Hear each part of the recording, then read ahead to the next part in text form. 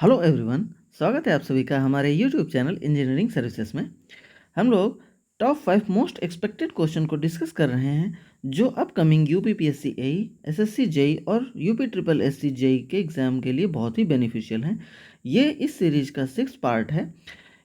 ठीक है, इसके 5 पार्ट हमारे चैनल की प्लेलिस्ट में आप जाके देख सकते हैं। बहुत डिटेल से सारे क्वेश्चंस को हमने डिस्कस किया है। आज के जो 5 क्वेश्चन हैं वो strength of material, building material and construction and soil mechanics, in 3 subject से लिए गए हैं। बहुत इंपॉर्टेंट है और हम लोग एक एक क्वेश्चन को बहुत डिटेल से डिस्कस करेंगे। देखते हैं हमारा आज का पहला क्वेश्चन क्या है। हमारा पहला क्वेश्चन स्ट्रेंथ ऑफ मटेरियल से है। इस सब्जेक्ट बहुत इंपॉर्टेंट होती है और बहुत सारे क्वेश्चन जो है इस सब्जेक्ट से पूछे जाते हैं। तो इस क्वेश्चन में क्या कहा गया है कि व्हाट इज़ द स्ट्रेस, हमें स्ट्रेस की वैल्यू कैलकुलेट करनी है एट सेक्शन एक्स।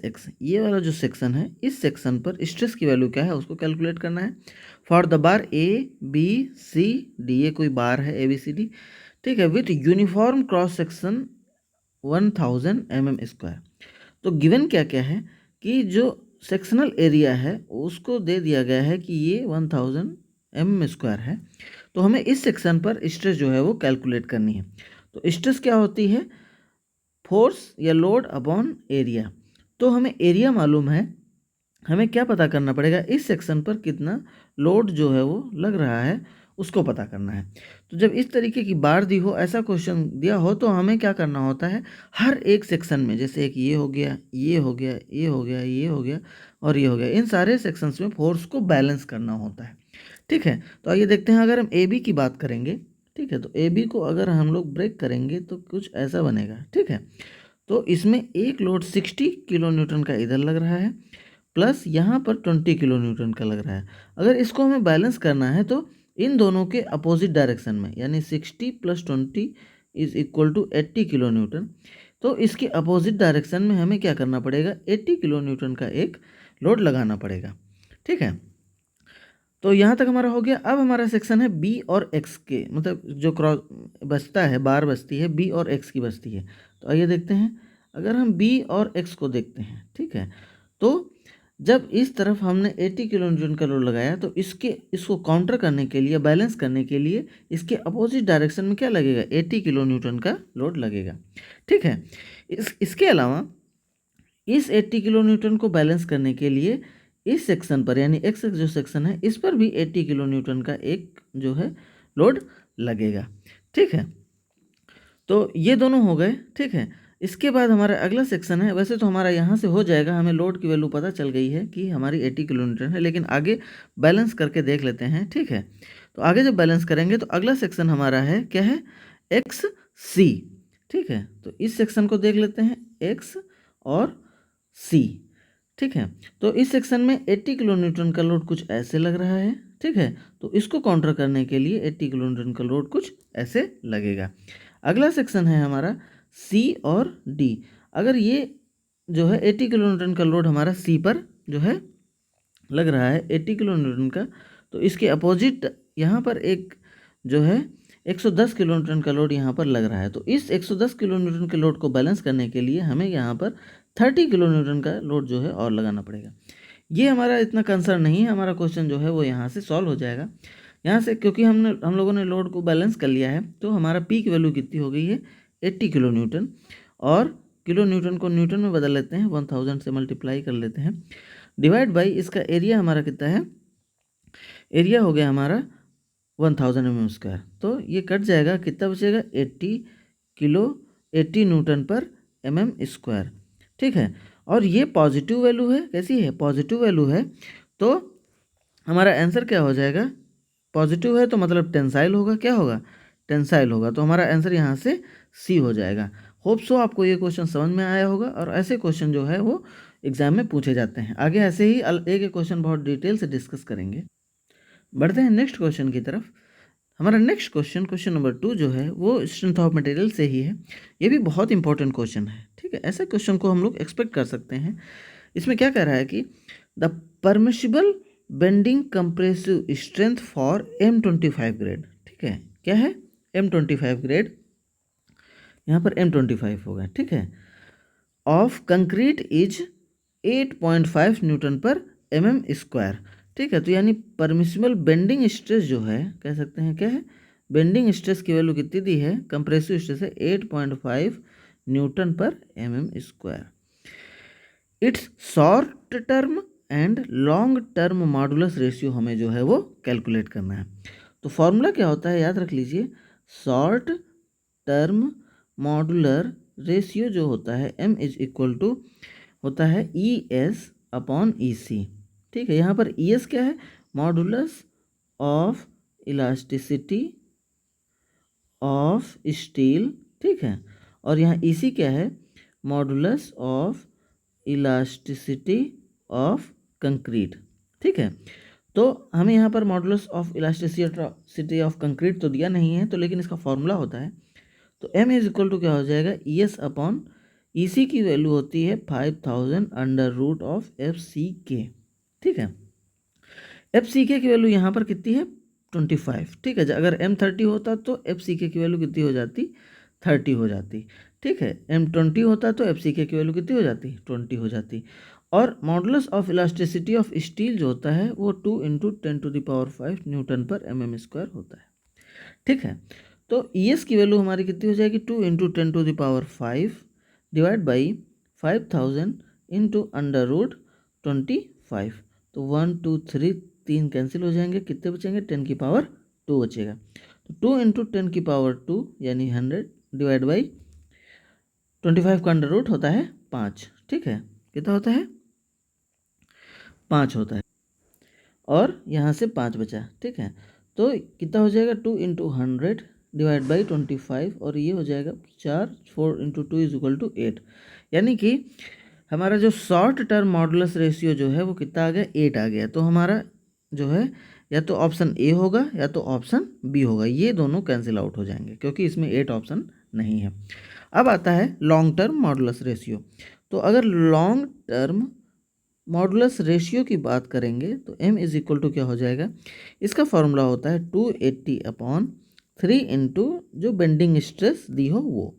ठीक है, तो 280 divide by 3 into bending stress कितनी होगी, कितनी दी है, 8.5। सिंपल कैलकुलेशन है, जब आप इसको सॉल्व करेंगे तो ये 10.98 के इक्विवेलेंट आ जाएगा। यानी इसको अप्रॉक्स कितना लिख सकते हैं, 11। तो 11 हमारा किस में दिया है, इसमें दिया है, तो हमारा आंसर क्या हो जाएगा, ए हो जाएगा। तो ये दोनों फार्मूलों को आप याद रख लीजिए। ठीक है, m is equal to ES upon EC वो होता है short term modulus ratio, long term का होता है 280/3 इंटू बी यानी बेंडिंग स्ट्रेस। होप सो आपको समझ में आया होगा। बढ़ते हैं नेक्स्ट क्वेश्चन की तरफ। नेक्स्ट क्वेश्चन है क्वेश्चन नंबर 3। क्या कह रहा है कि the recommended imposed load on staircase in residential building as per IS 875। ये प्योरली जो है फैक्चुअल क्वेश्चन है। ठीक है, एक्सपेक्ट कर सकते हैं क्योंकि ऐसा क्वेश्चन अभी तक पूछा नहीं गया है, तो आ सकता है।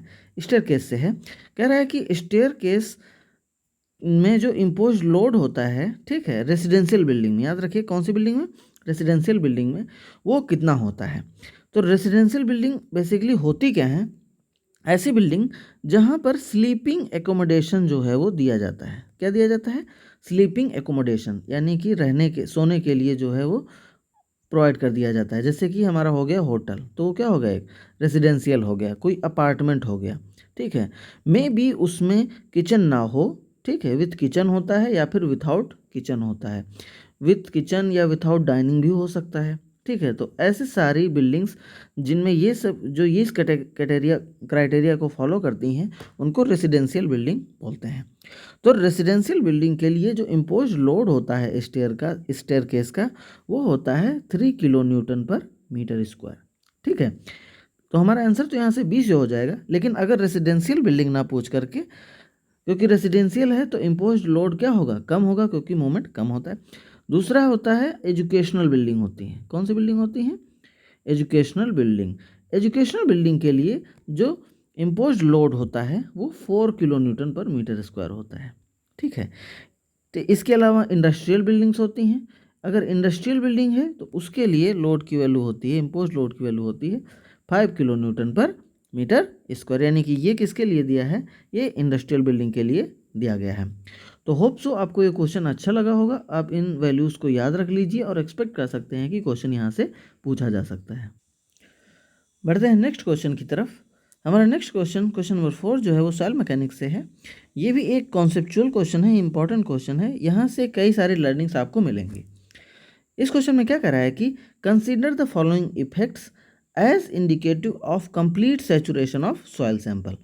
कह रहा है कि इनमें से कौन से इफेक्ट हैं जो कंप्लीट सैचुरेशन ऑफ सॉइल को जो है वो रिप्रेजेंट करते हैं। तो ये कंडीशन एक तरीके की दी गई हैं कि इनमें से कौन कौन सी कंडीशन ये बताती हैं कि सॉइल जो है वो कम्प्लीटली या फुल्ली सैचुरेटेड है।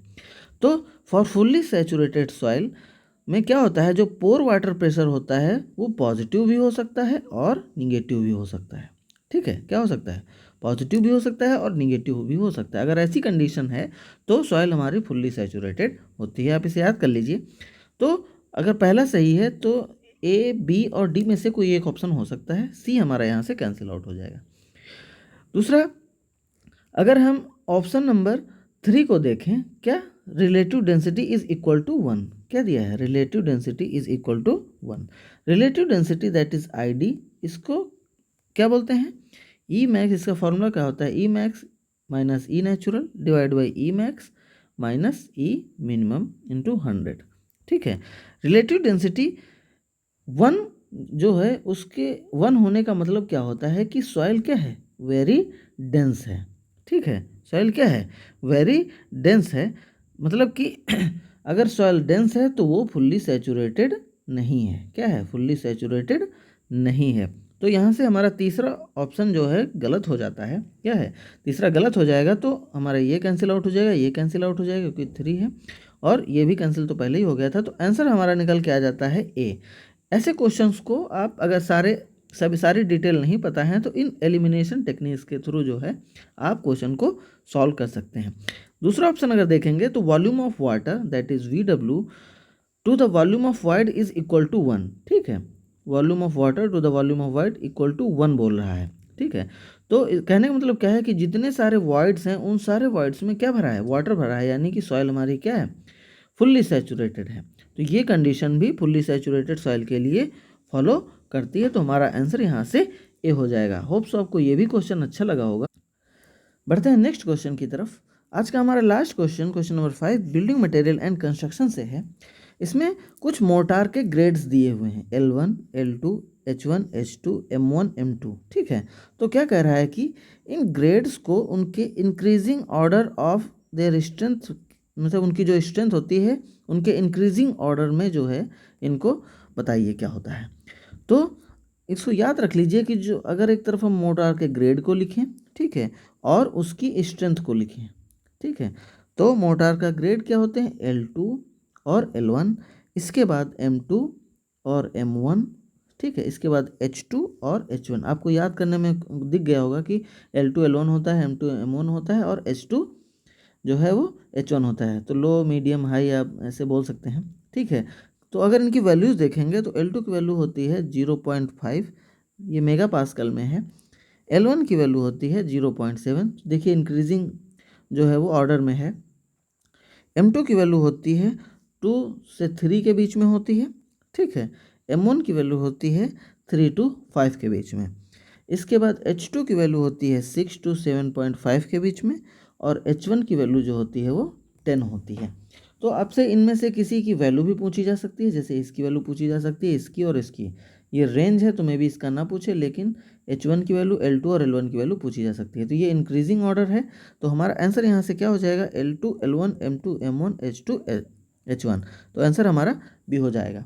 होप सो आपको ये सारे क्वेश्चन अच्छे लगे होंगे। अगर आपने हमारे चैनल को सब्सक्राइब नहीं किया है तो प्लीज़ सब्सक्राइब करें। थैंक यू, आज के लिए इतना ही। मिलते हैं नेक्स्ट सेशन में। Keep learning.